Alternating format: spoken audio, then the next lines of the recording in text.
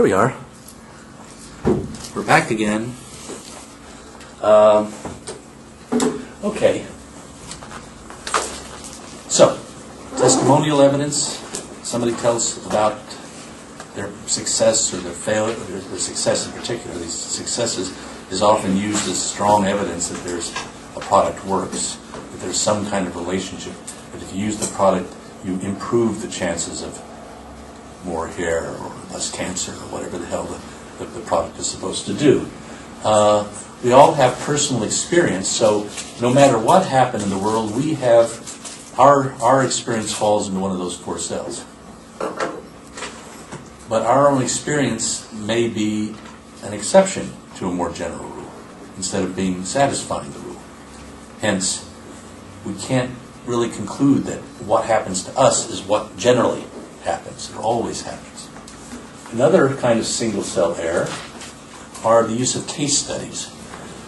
This is a method that it has its utility in lots of areas, including medicine and behavioral medicine and psychological medicine. These involve in-depth examination of a single instance or event, a single case, especially if it's an unusual case. Let me give you both a real and cinematic illustration of such a case study. Some of you may have seen the feature film Lorenzo's Oil. Any of you seen that? That's the poster for it.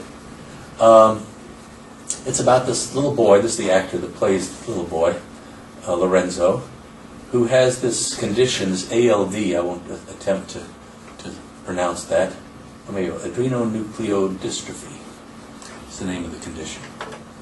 It's a genetic disease in young boys, and it's, unfortunately, is a progressive disease that eventually leads to death. And the early symptoms are paralysis, blindness, inability to speak, and it is invariably fatal. So this is a horrible prognosis when doctors identify that a child has this disease. This boy, Lorenzo, was diagnosed with this disease. And naturally, his parents were frantic to see if there's anything we can do to save our child's life. So they kept looking for cures. They went and talked to everybody they could. They talked to every doctor they could. They read everything that they could lay their hands on.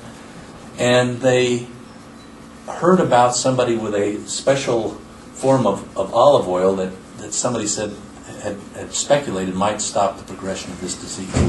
And they get their hands on this stuff, and they start feeding it to their son, and in fact his disease does seem to stop moving forward, right? So the implied relationship here in a little simple contingency table is that if there's a relationship between whether or not you take this oil and whether or not the disease either continues to progress, no, it doesn't slow down or stop altogether, or yes, it does slow down or stop altogether. And what this single case study showed, really, is that Lorenzo was an example of a child who did take the oil and did show some remission of the disease. But this is generically exactly the same situation that we saw in the testimonial evidence, in the personal experience evidence. All we know is that there's at least one instance of that combination. We have no idea whether the rate of remission is any different among those with the oil than those without the oil.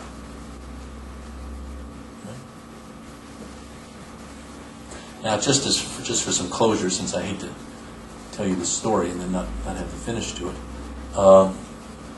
does it really work? Does this oil actually work? That is, if you collect the data on all the cells, you have a control group without taking Lorenzo's oil that have the disease, and a group with the disease that does take the oil, do you in fact find a relationship between these two variables?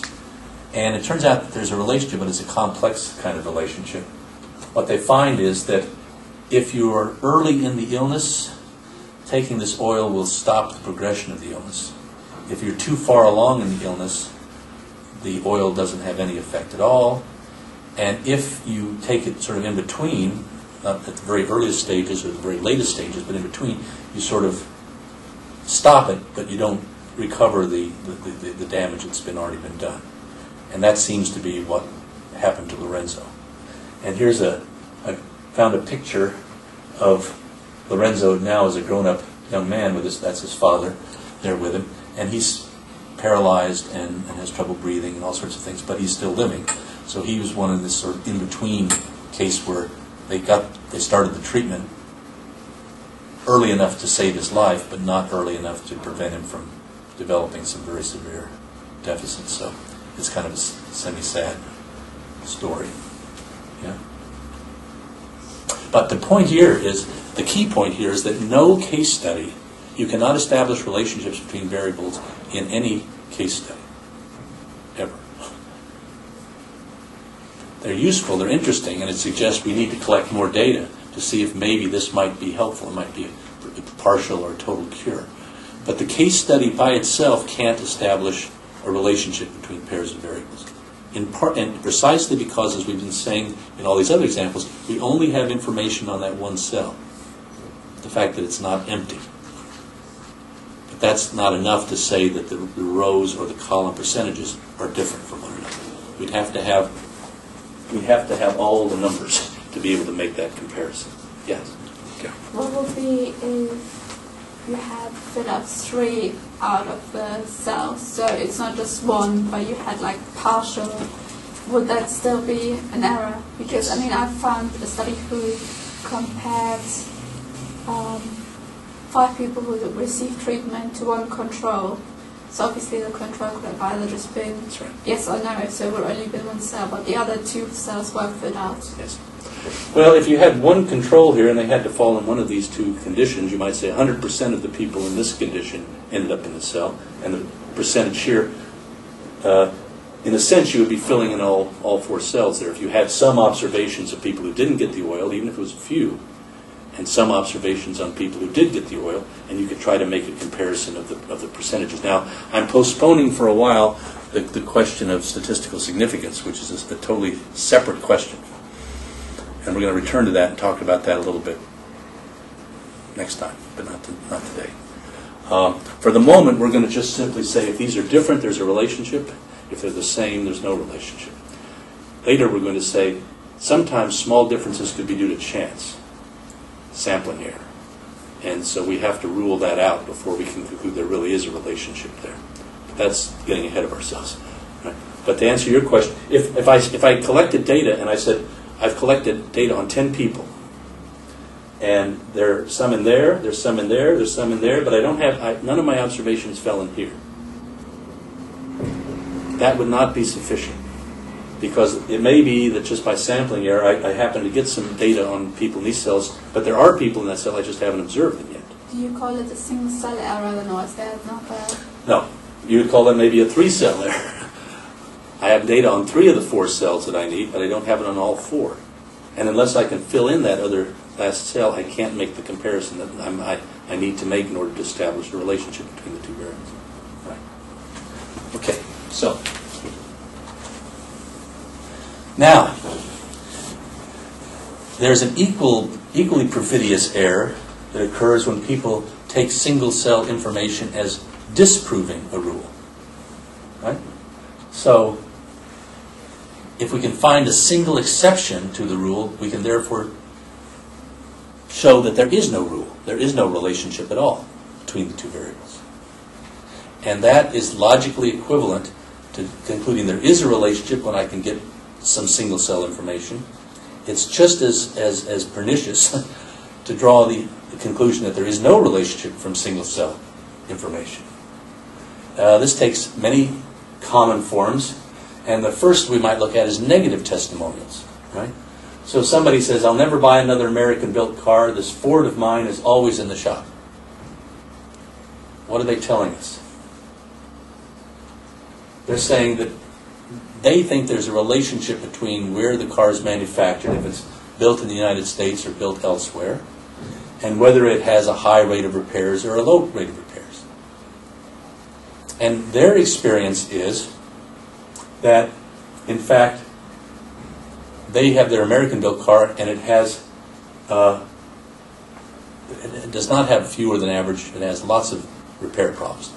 from which they're going to say, don't tell me American cars are good, that there's a positive relationship between owning such a car and having low repairs. I have an exception to that rule, and therefore I'm going to conclude there is no, that American cars, if anything, are worse to have. But whether there's no relationship, or a negative relationship, or a positive relationship, that is not sufficient information. I can't draw any inference about whether American cars are more or less reliable than non-American cars simply on that single cell information. I can't disprove rules or prove rules from single cell information. We know that not all American-built cars run well. We can point to one instance where we've got an American-built car that runs poorly. But how typical that is, and how it compares to the relevant control group line, non-American cars, we have no idea so far. Right? So an exception, or even many exceptions, cannot disprove the rule to show that there is no relationship. Another example of such single-cell information is so-called man-who evidence. This is to say, I know some man who violates the rule, therefore there is no rule. So here's a concrete example of that. Smoking can't be unhealthy. I know a man who smoked 4 packs a day and died of old age at age 92. And then I looked on the web to find an image of somebody that might fit that description, who's smoking many packs of cigarettes a day and is living and happy at 92. Now let's suppose that this is not just a fictional thing. There isn't this 92-year-old guy with very healthy lungs, dies of old age and his lungs are doing just fine. The assumption is that is there or is there not a relationship between smoking and lung disease? And what we have from his testimonial evidence is that there are some people who smoke and never develop lung disease. He's one. But we have no way of telling whether that's typical or atypical compared to non-smokers. We just don't have all the information we must have in order to make that comparison. Hence, it'd be a single-cell error to draw an inference that there's no relationship between smoking and lung cancer based upon this exception to the rule. We do know that not all smokers die of lung cancer. So we do actually know one little bit of thing. We know that the relationship between smoking and lung cancer is not a perfect positive relationship. If it were a perfect positive relationship, every smoker who smoked would get lung cancer. Here's a guy who smokes a lot, he doesn't get lung cancer. So if there's a rule, it's not a perfect rule. But is that a revelation to us? That the rule between linking smoking and lung cancer is imperfect, maybe imperfect. In fact, we said almost all the relationships in nature are imperfect and have exceptions to them. This might simply be a case, another instance of an exception to a valid rule. Or maybe there is no relationship. We simply can't say. We have insufficient information to draw any inference about there being a relationship here. Okay. The moral, careful and systematic science. Oh, here's where I got that statistic about it. There is a relationship. If you go and you fill in all the cells, if you compare all smokers, a random sample of 1,000 smokers and a random sample of 1,000 non-smokers, and you look at their cause of death, you'll find that the rate of developing lung cancer is 22 times higher for the people who smoke than the people who don't smoke. But there are lots of exceptions to the rule. There are some people like this man who never developed lung disease, even though they smoke a lot. There are some people who never touch a cigarette and still develop lung cancer. Yes? Couldn't you still say, I mean, he's 92, maybe if he wouldn't have smoked at all, he might turn 120, but now he only turns 93 because he did smoke. Well, here the question was about lung cancer in particular, but you're quite right. We might have looked at, do you make it to 100 or not? That's a dichotomous variable. But even there, we would not be able to make any inference about the general relationship between these two things from his single experience. We need to know how many people who smoke do make it to 100 and how many don't, proportionally. And we have to know the same thing for those who don't smoke. And then we have to be able to make the comparison and see if they're different from one another. And if we can't make that comparison, you simply can't draw an inference about the existence or non-existence of a relationship between these two variables.